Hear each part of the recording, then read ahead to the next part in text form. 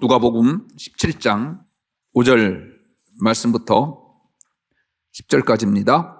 사도들이 주께 여짜오되 우리에게 믿음을 더하소서 하니 주께서 이르시되 너희에게 겨자씨 한 알만한 믿음이 있었더라면 이 뽕나무더러 뿌리가 뽑혀 바다에 심기어라 하였을 것이요 그것이 너희에게 순종하였으리라.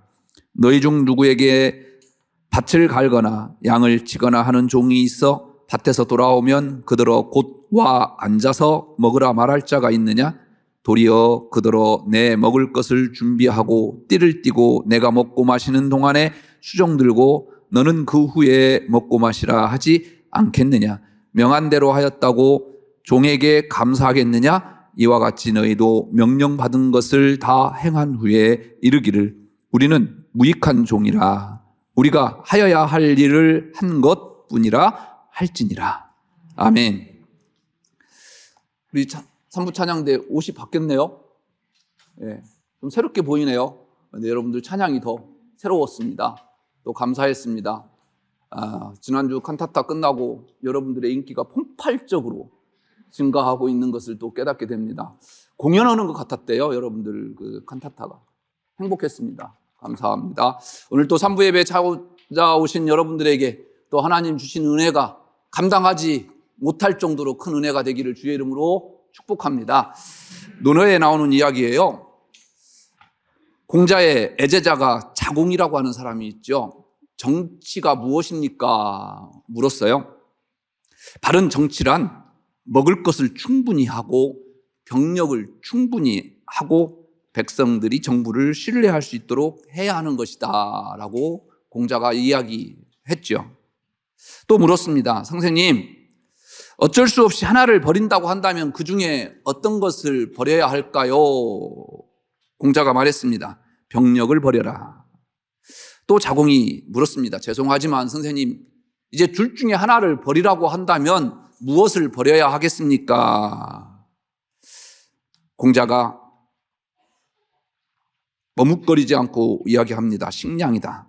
식량은 다시 얻으면 된다. 그러나 백성들의 신뢰를 잃어버리면 나라가 망한다라고 이야기하지요.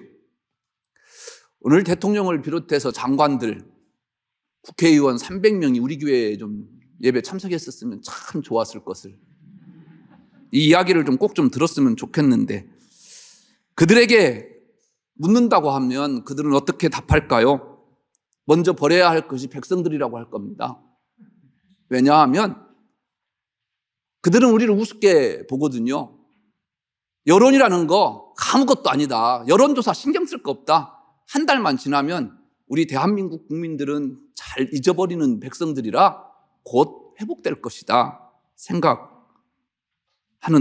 사람들이기 때문이죠. 제 돈 들여서라도 논어를 그들에게 사서 보낼까 합니다. 물론 읽지도 않을 뿐더러 읽어도 안 변할 사람들이죠. 인간관계도 신뢰가 깨졌을 때 참 힘듭니다. 나 혼자만 잘 해서 안 되고 상대방이 있으니까 참 어려운 거죠. 다 생각이 다르고 입장이 다릅니다. 내 입장에서요, 저 사람이 그러면 안 돼요. 그렇지 않습니까? 내가 자기한테 한 것이 얼만데 라고 생각하면 더더욱 그 인간관계가 어려워지지요. 그리고 신뢰가 한번 깨지면요, 다시 회복되기 어려워요. 믿음이라는 것도 그렇습니다. 신앙이라는 것도 더더욱 그렇습니다. 상대방과의 문제는요, 만나서 어떻게 해서라도 풀면 돼요. 안 만나면 되든지요. 그런데 믿음의 문제는 보이지 않는 하나님과의 문제이기 때문에 참 어렵습니다. 요즘 대신방 다니는데 아이들은 교회 생활 잘하는지 물어보면 어렸을 때 교회에서 살았던 애들인데 중학교, 고등학교, 대학교 다니니까 군대 갔다 오니까 교회를 안 나오는 친구들이 참 많아요. 교회 가라고 하면 어머니한테 아버지한테 하나님이 어디 계시냐? 성경은 다 지어낸 이야기다 말한대요. 대책이 없습니다. 그래서 기다려주는 수밖에 없지요 라고 이야기할 수밖에 없습니다. 오늘 이 믿음에 대해서 함께 생각해 보려고 합니다. 오늘 본문은 예수님께서 요단강 동쪽에서 사역하신 내용이에요. 잘 안 가요. 요단강 동쪽이니까 지금의 요르단이죠. 그 요르단의 베레아에 가셨습니다.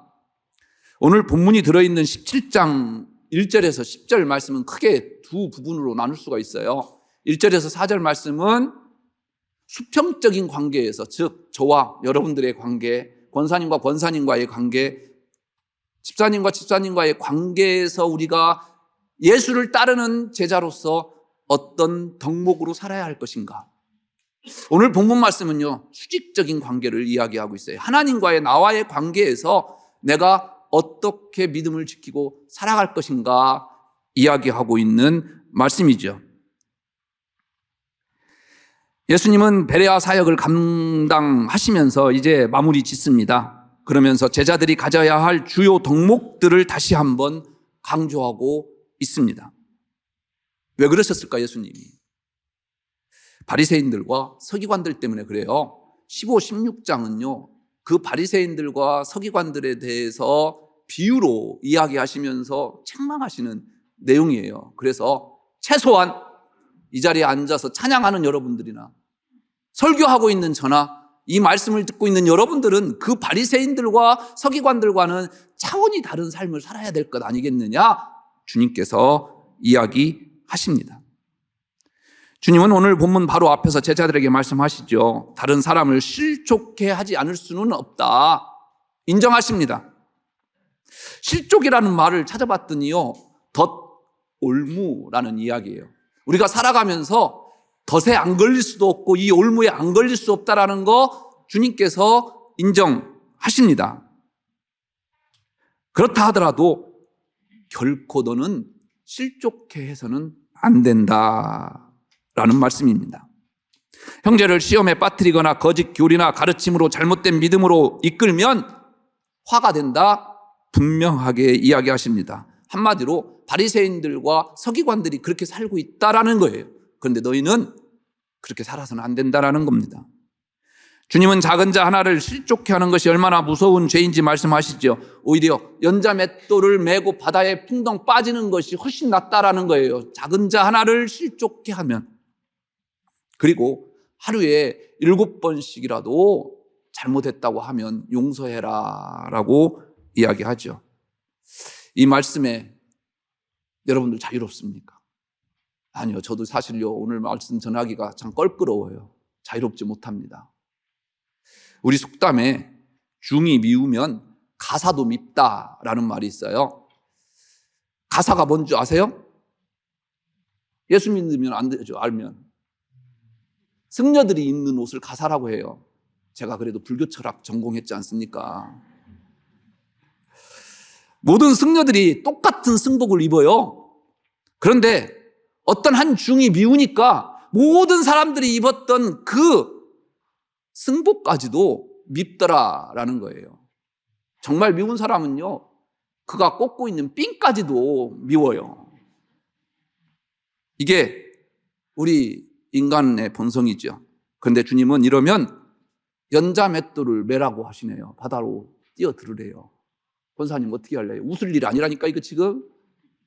그러니 제자들이 얼마나 마음에 찔림이 있었겠습니까? 그래서 제자들은요, 이 문제를 도저히 지금 상태로는 우리가 주님 따를 수 없다. 그러니까 우리에게 뭐를 달라고? 믿음을 다하여 주옵소서라고 이야기하는 거예요. 이 문제를요, 믿음의 문제로 이끌어가고 있어요. 왜 제자들은 믿음을 더하여 달라고 했을까요? 주님께서 하신 말씀을 도저히 실천할 수 없음을 제자들은 잘 알고 있습니다. 그렇게 할 수 없는 이유는 자신들의 믿음이 부족하기 때문이라고 생각했습니다. 그래서 현재 소유한 믿음보다 더 많은 믿음을 소유해야만 주님께서 하신 그 말씀을 지킬 수 있는 것입니다 라고 이야기하는 겁니다. 오늘 제자들이 믿음을 더하여 달라는 말은요, 이미 자기들이 가지고 있는 믿음에다 그 무엇을 더해달라라는 의미입니다. 제자들은 자신들이 믿음을 소유했다고 생각하지요. 그리고 그 믿음에 더해달라라고 부탁하는 이유는요, 이 믿음을요, 양적으로 생각했기 때문에 그런 거예요. 믿음을 보태거나 뺄 수 있는 것이라고 여러분들 생각하십니까? 아니요. 믿음은요, 이렇게 양적인 것이 아니라 믿음은 질적인 것임을 오늘 본문을 통해서 주님은 우리에게 이야기하고 계십니다. 제자들의 요청에 주님께서 이렇게 대답하시죠. 겨자씨 한 알만한 믿음이 있다면, 가정법을 씁니다. 예수님은 제자들이 생각이 잘못되었음을 말씀하시는 겁니다. 믿음은 양적인 개념이 아닙니다. 그래서 가장 작은 겨자씨를 예를 들어서 이야기하십니다. 겨자씨는 매우 작은 것이긴 하나 거대한 잠재력을 갖고 있어요. 잔디씨만 해요. 그 겨자씨 여러분들 보셨는지는 모르겠지만, 그러나 아주 어마어마한 폭발적인 생명력을 가지고 있는 것이 이 겨자씨입니다. 나중에 자랐을 때 그 씨가 그렇게 작았다라는 사실이 도무지 믿어지지 않을 정도로 크게 성장하지요. 믿음의 원리가 이와 같다라는 것입니다. 믿음을 통해 이루지 못할 불가능이 없다라는 것입니다. 그래서 예수님은 겨자씨만한 작은 믿음이 있으면 뽕나무더러 이르러서 저 바다에 심기오라 하면 그 뽕나무가 순종한다라는 거예요. 예수님께서 뽕나무 이야기를 하시는 이유가 뭐냐면, 이집트나 또 이스라엘 근처에는요, 이 뽕나무가 아주 흔했어요. 근데 이 뽕나무는 뿌리가 아주 넓게 내릴 뿐만 아니라 아주 깊게 내려서 어떠한 바람이 분다 하더라도요, 잘 뽑히지가 않습니다. 번식력이 아주 강합니다. 그래서 이 나무는 믿음을 상징합니다. 쉽게 뽑을 수 없는 뽕나무로 예수님은 제자들에게 믿음의 질을 설명하고 계십니다. 양적으로 생각했던 제자들에게 양적인 것이 아니라 질적인 믿음에 대해서 말씀하시는 것입니다. 하나님에 대한 믿음은 아무리 작을지라도 도저히 뽑을 수 없다고 여겨지는 뽕나무도 뽑아 물속에 옮길 정도로 능력이 있는 것이 믿음이다라는 거예요. 세계적으로 가장 효용 가치가 있는 운하는 파나마 운하라고 해요. 동양에서 미국으로 가는 선박이 미국 동부로 가려고 한다면 남미를 돌아서 가죠. 시간 엄청나게 걸릴 뿐만 아니라 물류비도 엄청나죠. 그런데 파나마 운하가 생겨서 쉽게 미국 동부로 갈 수 있습니다. 파나마 운하는요, 미국 공병대 군인들이 1904년에 무려 10년 동안 걸쳐서 팠다고 합니다. 10년 동안요, 미국의 아주 여론들이요, 엄청 들끓었다고 합니다. 군인이 간단한 일이나 할 수 있지 무슨 저런 큰 일을 할 수 있겠느냐? 태평양과 대서양의 물높이가 다른데 무슨 재주로 그것을 처리할 것이냐? 별의별 있지도 않은 가정하에 여러 가지 비판을 했다고 합니다. 참다 못해서 부관이 파나마 운하 공사의 총 책임자인 게탈 대령에게 이렇게 물었다고 합니다. 이 온갖 비판에 대해서 가만히 있을 수는 없지 않습니까? 무슨 말씀이라도 하셔야 되지 않겠습니까? 그때 게탈 대령이요, 이렇게 말했다고 합니다. 운하가 개통되면 운하가 말할 것이다. 운하가 개통되면 모든 비판이 헛된 비판으로 드러날 것임을 그는 믿었습니다. 믿음으로 행한 일은요, 이처럼 때가 되면 믿음 자체가, 여러분들이 갖고 있는 그 믿음 자체가요, 헛것이 아님을 증명해낸다라는 거예요. 하나님께서 하시는 일이기 때문에 그렇습니다. 그렇습니다. 우리는 역부로요, 우리의 믿음을 증명할 필요가 없습니다. 때가 되면 하나님께서 우리를 통해서 그 믿음의 증거가 나타나게 하시기 때문입니다. 오늘 주님은요, 믿음이 크고 적다 말씀하고 계신 것이 아닙니다. 우리는 크다 적다에 관심이 많죠. 상대방과 비교하는 데 익숙합니다. 제자들도 마찬가지입니다. 자기들의 믿음의 적음 탓을 이야기하고 있습니다. 그러나 믿음은 적고 많음의 문제가 아니다라는 거예요. 그럼 무엇의 문제입니까? 있다 없다의 문제입니다. 예수님은 제자들에게 많은 능력을 허락해 주셨죠. 그래서 제자들도 예수 이름으로 귀신들을 내쫓기도 했습니다. 변화산에 올라가셨을 때 제자들에게 귀신 들린 아들을 데리고 온 아버지가 하나 있었습니다. 그런데 이 제자들이요, 그 귀신을 쫓아내지 못하고 쩔쩔맵니다. 변화산에서 내려오신 예수님께 그 아버지가 당신의 제자들이 귀신 하나 쫓아내지도 못합니다 이야기하면서 내 아들을 고쳐주옵소서 이야기하죠. 장로님, 그때 예수님이 하신 말씀 기억나세요? 믿음이 없는 세대요. 다른 사람도 아닙니다. 제자들이에요. 늘 예수님 앞에서 예수님의 기적과 말씀을 들었던 사람들입니다. 너희가 나를 믿느냐? 너희는 나를 누구라 하느냐? 내가 나를 사랑하느냐?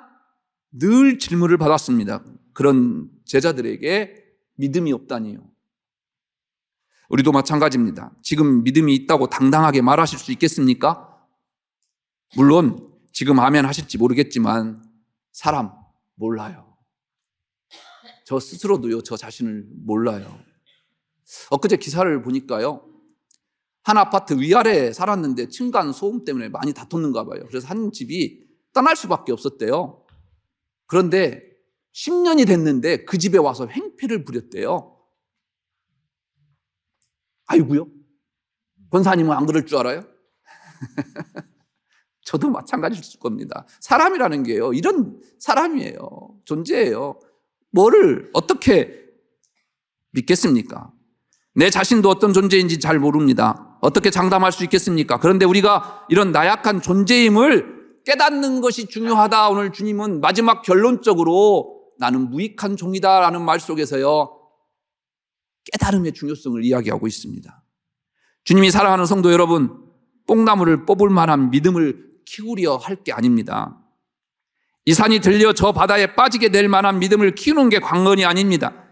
우리에게 있는 믿음이 결코 자랑할 만한 믿음이 아님을 깨닫고 나도 언젠가 넘어질 수밖에 없는 존재임을 알고요, 그 하나님 앞에 무익한 종입니다 라고 내 자신을 발견하는 게 중요하다라는 거예요.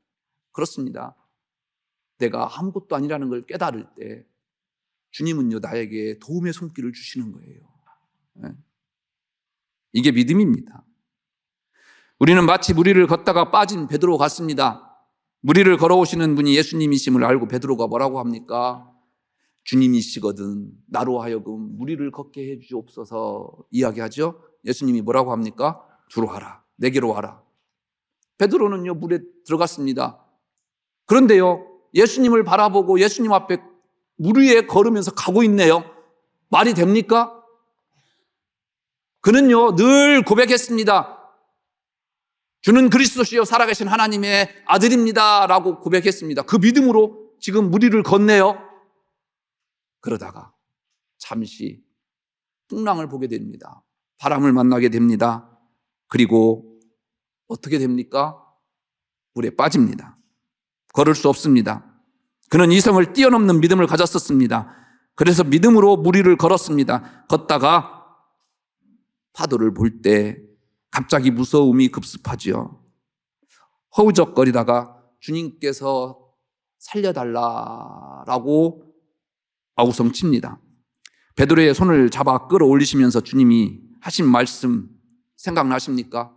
믿음이 작은 자여 왜 의심하느냐. 불과 몇십 초 전 믿음으로 물 위를 걸었던 베드로입니다. 우리가 내놓은 믿음이요, 베드로와 같지 않습니까? 지금 열심히 신앙생활하고 계십니까? 이 열심이 혹시 어떤 보상이나 대가를 바라고 하는 것은 아닙니까? 마치 엘리야처럼요. 바알과 아세라 제사장들과 850대 1 싸움에서 엘리야가 승리했습니다. 그런데 그에게 들려오는 소식은 이세벨이 동트기 전에 엘리야를 죽이겠답니다. 어떻게 합니까? 호렙산까지 도망가지요. 호렙산에서 어디에 누워 있었습니까? 로뎀 카페, 로뎀 나무 아래에 누워 있었죠. 그곳에서요, 우리 봉사자들이요, 멋진 대접을 해서요, 배를 채웠지 않습니까? 아멘도 안 하네. 로뎀이잖아요, 우리 카페가. 주님께서요, 천사를 보내서 그렇게 먹이셨습니다. 왜 먹이셨습니까? 일어나라라는 거예요. 내 있을 곳에 가 있어라 그래요. 그런데 호렙산 굴을 찾아서 40일 동안이나요 굴 속에 머물러 있습니다. 그래서 하나님께서 엘리야를 다시 찾아오시죠. 어찌하여 여기 있느냐? 하나님께 투정하지요. 뭐라고 투정합니까? 내 잘못은요, 당신을 향해서 열심인 것밖에 없습니다. 특별한 그 열심으로 당신을 따랐는데 다른 사람들 다 바알에게 무릎을 꿇고요, 다른 선지자들 다 죽었습니다. 나 혼자만 남았습니다. 그때 하나님이 뭐라고 하십니까? 웃기지 마라. 너만 남았냐? 내가 한 번도 무릎 꿇지 않은 7,000명이나 남겨놨다. 우리의 믿음이 이렇습니다. 주님만 의지한다면 누구보다도 큰 믿음을 보이는가 싶습니다. 그래서 얼마나 열정적으로 사역하는지 모릅니다. 그러나 초라하게 믿음이 없는 나락으로 떨어질 때가 얼마나 많은지 모르겠습니다.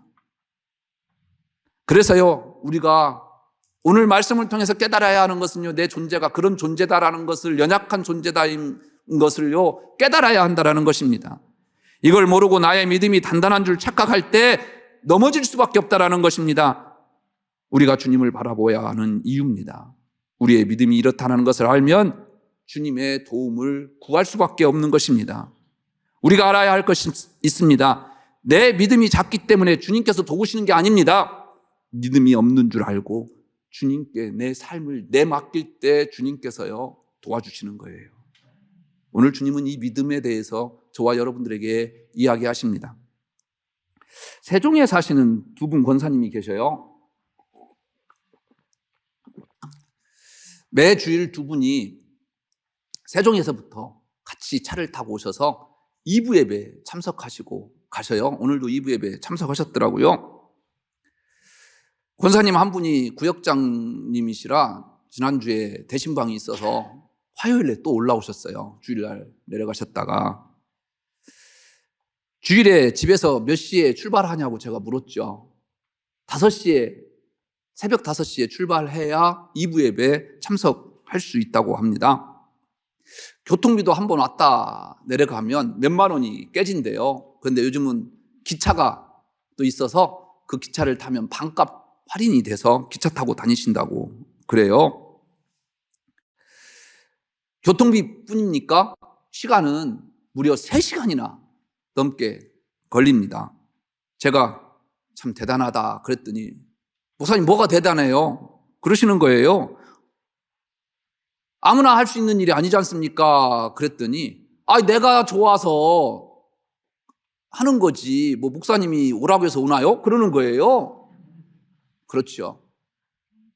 내 마음에 기쁨이 있으니까, 내 마음에 행복하니까.